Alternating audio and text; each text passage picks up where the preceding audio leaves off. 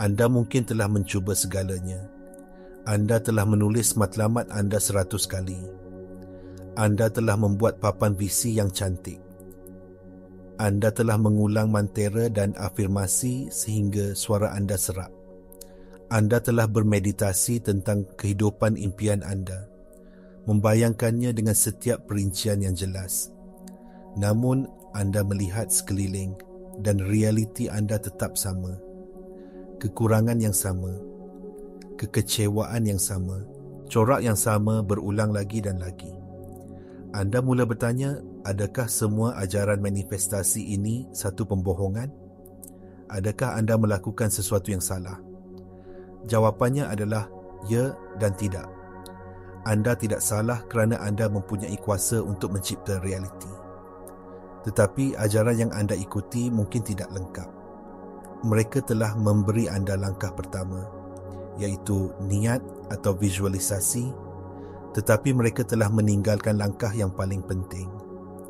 Langkah yang sebenarnya mengubah potensi menjadi kenyataan. Langkah ini adalah runtuhan. Kebanyakan orang percaya bahawa manifestasi adalah tentang menghantar keinginan anda ke alam semesta dan kemudian menunggu ia dihantar seperti pesanan dalam talian. Ini adalah salah faham yang besar. Alam semesta tidak berfungsi seperti perkhidmatan penghantaran. Ia adalah cermin kuantum yang memantulkan kembali kepada anda. Bukan apa yang anda mahu, tetapi siapa anda pada tahap getaran. Niat anda, visualisasi anda hanyalah satu kemungkinan di antara kemungkinan yang tidak terhingga di dalam medan kuantum. Ia wujud sebagai gelombang kebarangkalian, sama seperti elektron wujud dalam keadaan superposisi sebelum ia diperhatikan. Tanpa langkah seterusnya, ia akan kekal sebagai potensi semata-mata, satu impian yang tidak pernah menjadi kenyataan. Langkah yang hilang ini, runtuhan, adalah tindakan pemerhatian yang memaksa satu kemungkinan keluar dari lautan kebarangkalian yang tidak terhingga untuk menjadi realiti fizikal anda. Anda sentiasa melakukan ini. Setiap saat dalam setiap hari, anda sedang meruntuhkan realiti. Persoalannya bukan bagaimana untuk mula meruntuh, tetapi apa yang sedang anda runtuhkan secara tidak sedar. Jadi, bagaimana proses runtuhan ini berlaku? Ia tidak diarahkan oleh fikiran anda yang penuh harapan atau keinginan anda yang sekejap. Ia diarahkan oleh keadaan kewujudan anda yang dominan. Keadaan kewujudan anda adalah gabungan tenaga identiti anda, emosi anda dan keadaan sistem saraf anda. Ia adalah isyarat elektromagnetik yang anda siarkan ke medan kuantum setiap saat. Fikirkan mengenainya seperti ini. Keinginan anda untuk kelimpahan wujud sebagai satu frekuensi dalam medan. Tetapi, jika keadaan kewujudan anda yang dominan adalah kekurangan, ketakutan dan keraguan, anda sedang menyiarkan frekuensi yang sama sekali berbeza. Anda mungkin menghabiskan 5 minit sehari memvisualisasikan kekayaan, tetapi anda menghabiskan 23 jam, 55 minit lagi bergetar dalam tenaga hutang, kebimbangan dan kepercayaan bahawa anda tidak cukup baik. Medan kuantum tidak bertindak balas kepada fikiran anda yang sekejap. Ia bertindak balas kepada frekuensi dominan yang anda hayati. Inilah sebabnya mengapa anda terus meruntuhkan realiti yang sama berulang kali. Bukan kerana alam semesta menghukum anda, tetapi kerana anda secara tidak sengaja memberitahunya untuk mencipta semula masa lalu anda. Keadaan kewujudan anda yang biasa telah menjadi program bawah sedar. Ia adalah keadaan lalai anda. Anda terperangkap dalam gelung maklum balas di mana emosi anda mencipta pemikiran anda dan pemikiran anda mencipta emosi yang sama, mengukuhkan identiti yang sama. Runtuhan berlaku melalui koheren. Apabila fikiran, emosi dan badan fizikal anda sejajar dan menyiarkan isyarat yang stabil dan konsisten, medan kuantum tidak mempunyai pilihan selain meruntuhkan realiti yang sepadan dengan isyarat itu. cabaran utama bukanlah untuk berharap dengan lebih kuat, tetapi untuk mengekalkan keadaan kewujudan yang diingini cukup lama sehingga runtuhan berlaku. Anda mesti menjadi orang yang sudah memiliki apa yang anda inginkan sebelum bukti fizikalnya muncul. Di sinilah kebanyakan orang gagal. Mereka cuba mencipta dari identiti lama mereka. Mereka cuba menarik kelimpahan dari keadaan kewujudan kekurangan. Mereka cuba menarik cinta dari keadaan kewujudan kesunyian. Ia tidak akan berhasil.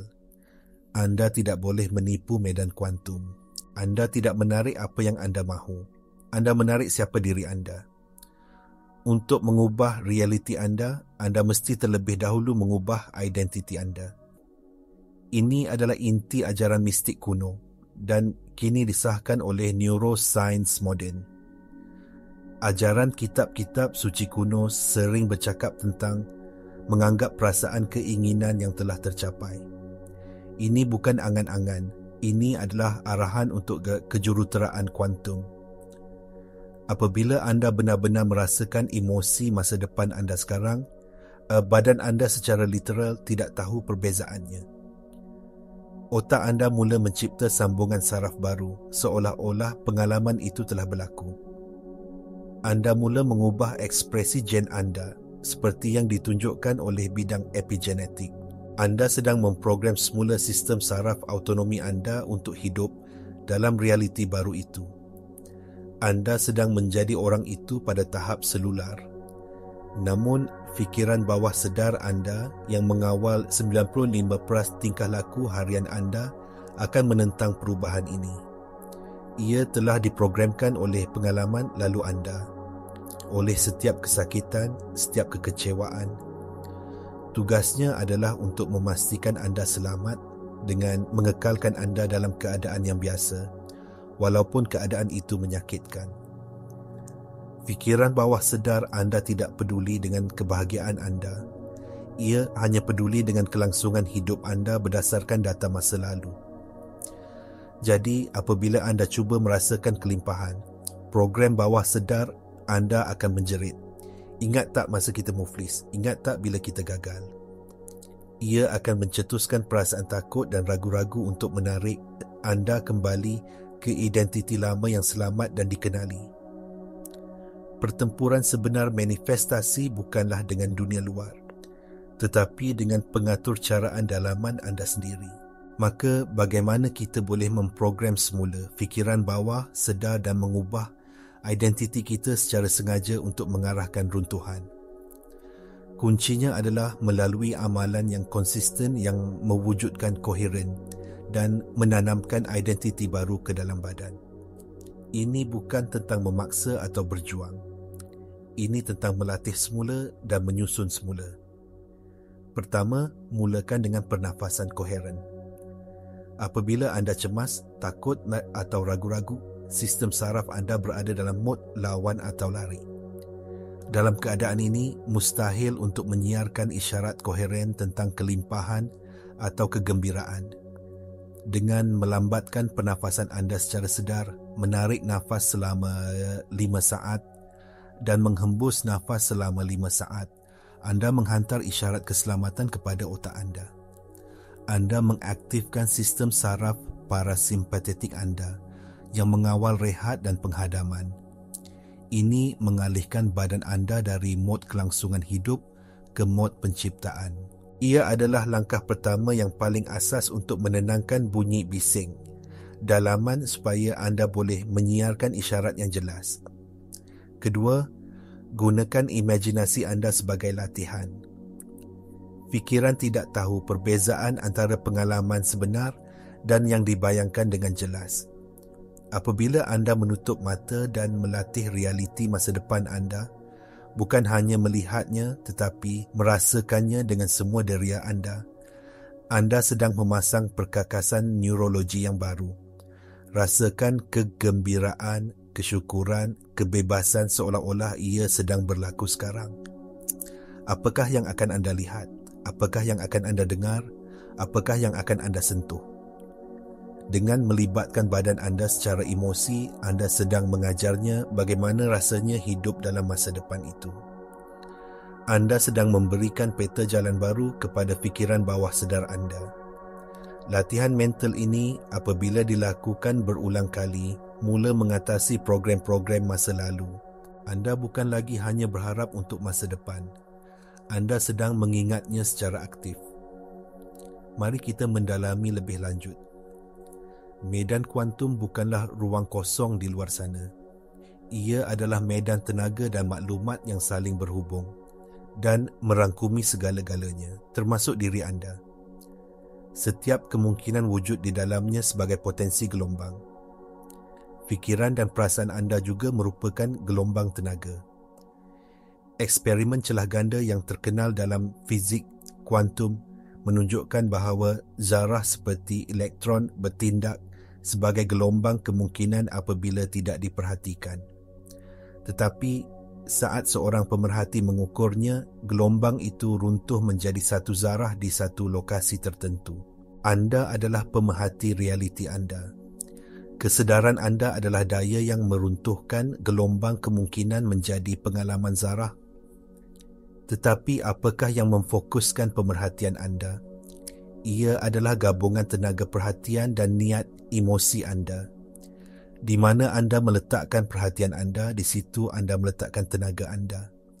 Jika perhatian anda sentiasa tertumpu pada kekurangan wang di dalam akaun bank anda atau kekurangan cinta dalam hidup anda sedang memberi tenaga kepada realiti itu, memerintahkannya untuk terus wujud. Anda sedang meruntuhkan kemungkinan yang sama berulang kali. Untuk meruntuhkan kemungkinan yang baru, anda mesti menarik perhatian anda dari realiti semasa anda yang tidak diingini dan meletakkannya dengan teguh pada realiti yang anda pilih untuk cipta. Ini memerlukan disiplin mental dan emosi yang luar biasa. Ia bermakna merasakan kelimpahan walaupun akaun bank anda kosong. Ia bermakna merasakan cinta walaupun anda bersendirian. Ini bukanlah kepura-puraan. Ini adalah penciptaan. Anda menggunakan kuasa kesedaran anda untuk memilih dari medan yang tidak terhingga dan menghidupkan satu kemungkinan dengan tenaga emosi anda. Inilah sebabnya mengapa keadaan tidak koheren sangat merosakkan. Apabila pemikiran anda tentang kekayaan tetapi emosi anda adalah ketakutan, anda menghantar isyarat yang bercanggah. Medan kuantum menerima arahan yang bercampur-campur dan oleh itu ia akan memberi anda hasil yang bercampur-campur atau hanya mengekalkan keadaan lalai, iaitu realiti semasa anda. Koheren adalah kunci utama. Ia adalah laser fokus yang mengarahkan kuasa pemerhati anda dengan ketepatan yang jitu. Bagaimana anda mengintegrasikan ini ke dalam kehidupan seharian anda? Bagaimana anda beralih daripada sekali-sekala mengamalkan teknik-teknik ini kepada benar-benar hidup sebagai runtuhan realiti baru anda? Jawapannya terletak pada tabiat mikro dan pengaturcaraan minda bawah sedar. Pertama, manfaatkan keadaan gelombang otak theta sebelum anda tidur. Semasa anda hanyut antara keadaan sedar dan tidur, otak anda memasuki keadaan theta. Ini adalah pintu masuk ke minda bawah sedar. Apa sahaja yang anda renungkan dalam keadaan ini akan ditanam terus ke dalam sistem operasi anda. Daripada membawa kebimbangan hari itu ke tempat tidur, gunakan masa berharga ini untuk menghayati keadaan kewujudan yang telah tercapai. Rasakan kesyukuran atas wang yang sudah ada di dalam bank anda. Rasakan kegembiraan hubungan yang penuh kasih sayang. Tidurlah dalam keadaan itu. Apabila anda melakukannya, anda memprogramkan minda bawah sedar anda untuk bekerja pada realiti baru itu sepanjang malam, mencipta sinaps baru dan menyusun semula badan anda untuk menjadi padanan getaran dengannya. Kedua, wujudkan tabiat mikro yang mengukuhkan identiti baru anda sepanjang hari. Manifestasi tidak berlaku hanya semasa meditasi. Ia berlaku dalam setiap pilihan kecil yang anda buat. Jika anda ingin menjadi seorang yang sihat dan cergas, adakah anda akan memilih lift atau tangga? Jika anda ingin menjadi seorang yang kaya, adakah anda akan membuat keputusan pembelian dari pemikiran kekurangan ataupun kelimpahan? Setiap tindakan adalah satu undi untuk identiti yang anda ingin jadi. Mulakan dengan kecil. Lakukan satu perkara setiap hari yang dilakukan oleh versi masa depan anda. Mungkin ia bangun 15 minit lebih awal untuk bermeditasi. Mungkin ia membaca buku tentang kewangan. Tindakan-tindakan kecil ini menghantar mesej yang kuat kepada minda bawah sedar anda. Ini adalah siapa saya sekarang. Anda tidak lagi menunggu realiti luar berubah untuk anda merasa berbeza. Anda mengubah cara anda merasa dan bertindak terlebih dahulu, yang memaksa realiti luar untuk berubah. Anda tidak lagi cuba untuk mewujudkan. Anda adalah penciptaan itu sendiri. Cabaran terbesar yang akan anda hadapi dalam perjalanan ini ialah mengekalkan keadaan kewujudan yang baru apabila realiti 3D anda masih mencerminkan masa lalu. Akan ada saat-saat keraguan. Akan ada hari-hari di mana bil yang tidak dijangka muncul. Atau seseorang menolak anda dan serta-merta sistem saraf anda akan cuba menarik anda kembali ke dalam corak lama, ketakutan, kemarahan atau rasa tidak layak. Ini adalah ujian. Alam semesta sedang menguji anda bukan untuk menghukum anda, tetapi untuk melihat sama ada anda benar-benar committed kepada identiti baru anda. Adakah anda akan percaya kepada apa yang anda lihat dengan mata fizikal anda? Atau adakah anda akan percaya kepada apa yang telah anda cipta di dalam diri anda? Pada saat-saat ini, anda mempunyai pilihan. Anda boleh bertindak balas secara tidak sedar, membiarkan persekitaran mengawal perasaan anda dan dengan itu mengukuhkan realiti lama. Atau anda boleh berhenti sejenak, mengambil nafas yang koheren dan secara sedar memilih untuk kembali ke keadaan kewujudan masa depan anda. Anda boleh berkata kepada diri sendiri, keadaan ini bersifat sementara. Ia adalah gema dari masa lalu saya. Saya tidak lagi memberi tenaga kepadanya. Saya adalah kelimpahan. Saya adalah cinta. Saya adalah sihat. Menstabilkan keadaan baru ini memerlukan latihan. Ia seperti membina otot. Pada mulanya, ia akan terasa sukar dan tidak semula jadi. Anda perlu sentiasa mengingatkan diri anda siapa yang anda pilih untuk jadi. Tetapi dengan setiap kali anda memilih untuk bertindak balas dari identiti baru anda dan bukannya bertindak balas terhadap keadaan luaran, anda menguatkan litar saraf baru itu. Anda sedang memutuskan sambungan emosi anda dari masa lalu dan menyambungkannya semula kepada masa depan. Secara beransur-ansur, keadaan baru ini akan menjadi keadaan lalai anda. Keraguan akan menjadi lebih senyap.